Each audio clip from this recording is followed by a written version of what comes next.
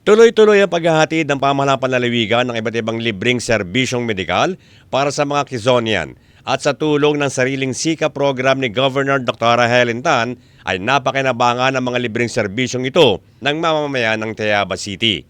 Ayon kay Governor Tan, hindi kailangang tiisin ang anumang sakit sa loob ng bahay, kaya sila na mismo ang pumupunta sa mga barangay at sila na ang gumagawa ng paraan kung may makikita silang maluba ang karamdaman.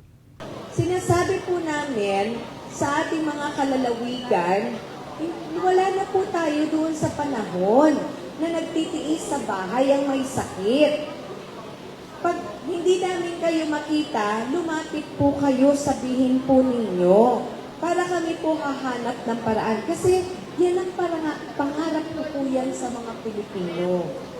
Bilang doktor, yan po ay pangarap ko kasi naranasan ko din ang ganyan. Nakwento ko na yan sa inyo. Tiniyak din ni Governor Tan na tuloy-tuloy ang gagawin nilang pagdadala ng serbisyo sa mamamayan kasama si Vice Governor 3rd Alcala.